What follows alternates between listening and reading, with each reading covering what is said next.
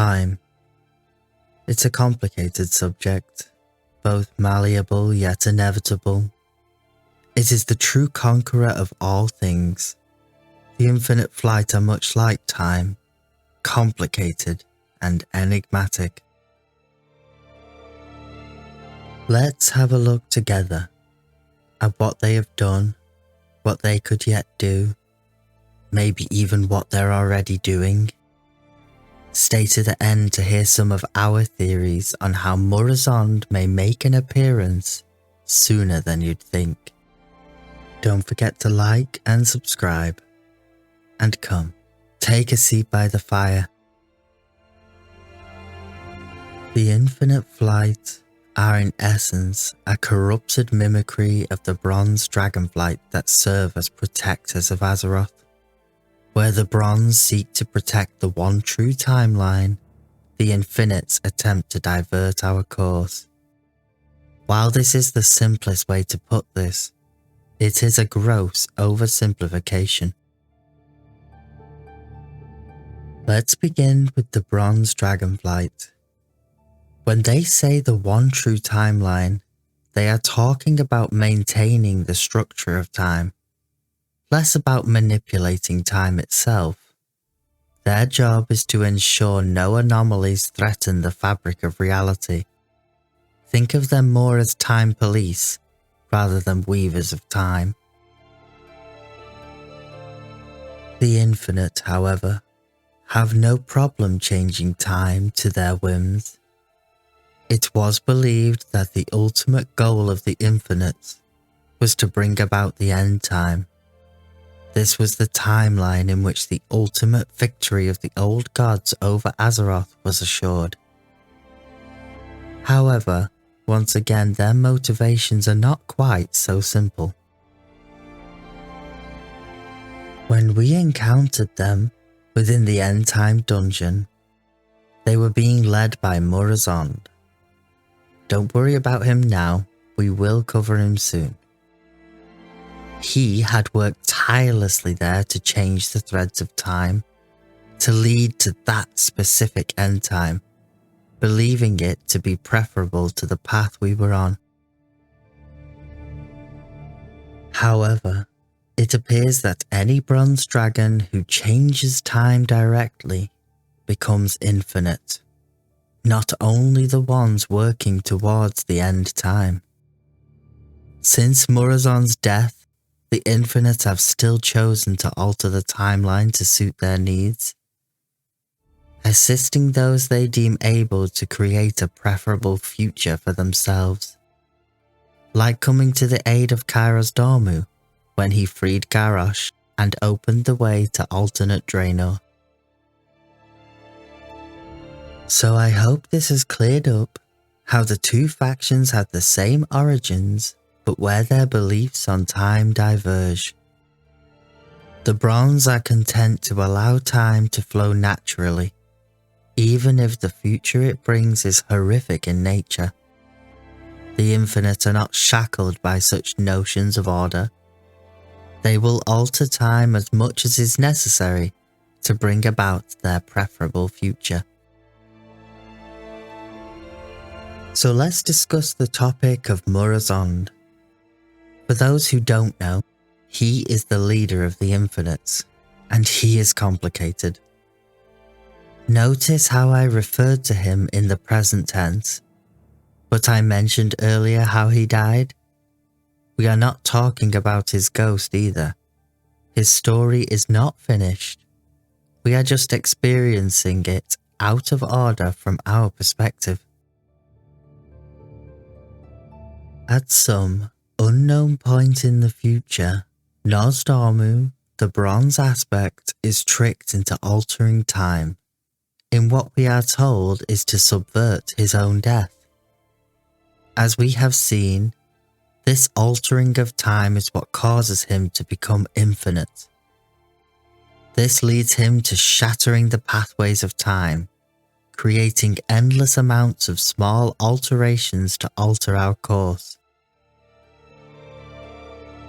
He then set up a base of operations in the end time, probably because he found the outcome to be the most likely, only to be stopped there and killed by a group of adventurers sent by Nozdormu to end the threat. It was believed that when Nozdormu relinquished his aspectral power, along with the other aspects to defeat Deathwing, this absolved him of Murozond, since he would no longer have the power to change time. His fate, however, is inescapable. His destiny is to die in his corrupted form at the end of time.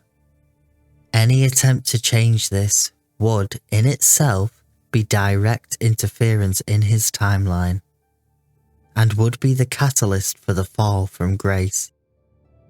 We have, in essence, read the last chapter in Nozdormu's book, and there is much more story to go.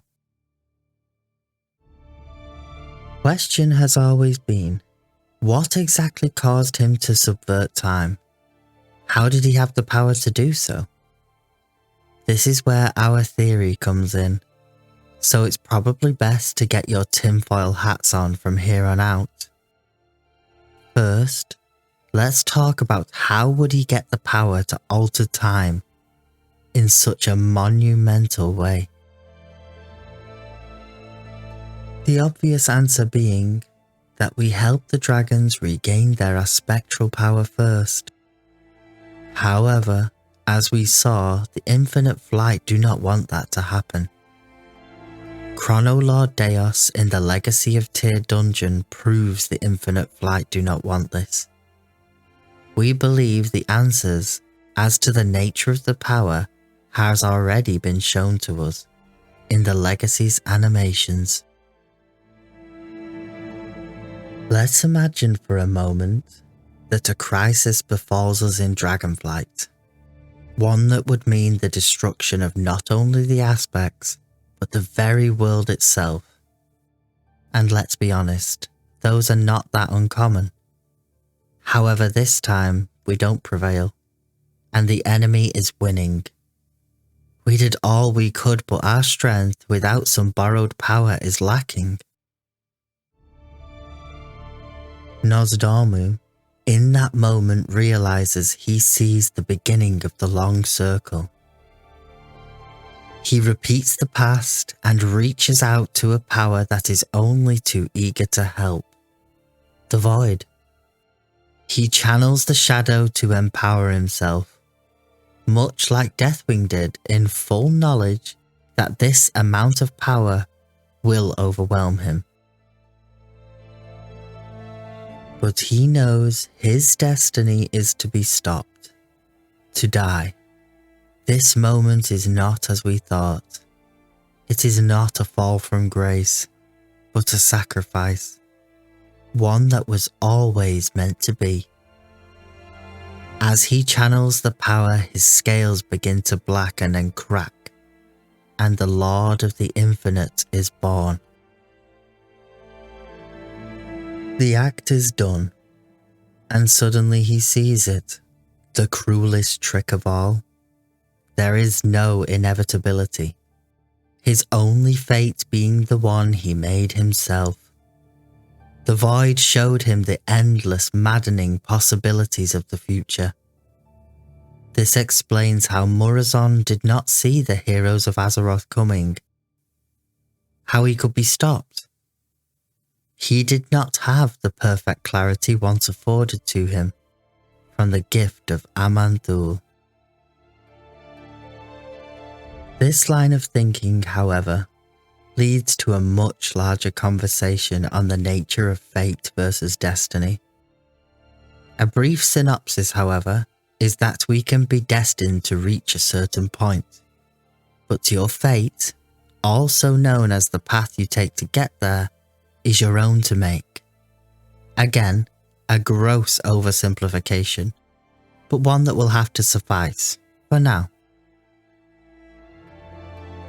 But as we discussed, time is malleable, changeable. He wonders to himself, perhaps what if he changed more? He recruits the bronze dragons. the ones that have grown discontent with the one true timeline and promises power, freedom. And as many of them rally to his side. But they are still dragons. They will have felt the call to home just as the others did. With the return of the incarnates rising in direct opposition to the aspects, the time and need for power may soon be upon us. The infinite sense that their lord is close. They will be gathering now. We expect there to be huge reveals in Dragonflight. The only point we cannot explain is in the end why he cried out to Aman'Thul. What he saw was so terrible that letting the void take Azeroth is preferable? This is currently Warcraft's biggest mystery. Who is the true enemy of all? The jailer saw it. Murozond saw it. Even Gul'dan, after using the power of the Eye of Aman'Thul, saw something he could not believe. What it is has us falling down maddening lore rabbit holes that even the Void Lords themselves would be envious of. And we cannot wait to find more pieces of the puzzle. What about you? Do you think Murozond's time has come? Tell us in the comments, and don't forget to come back anytime.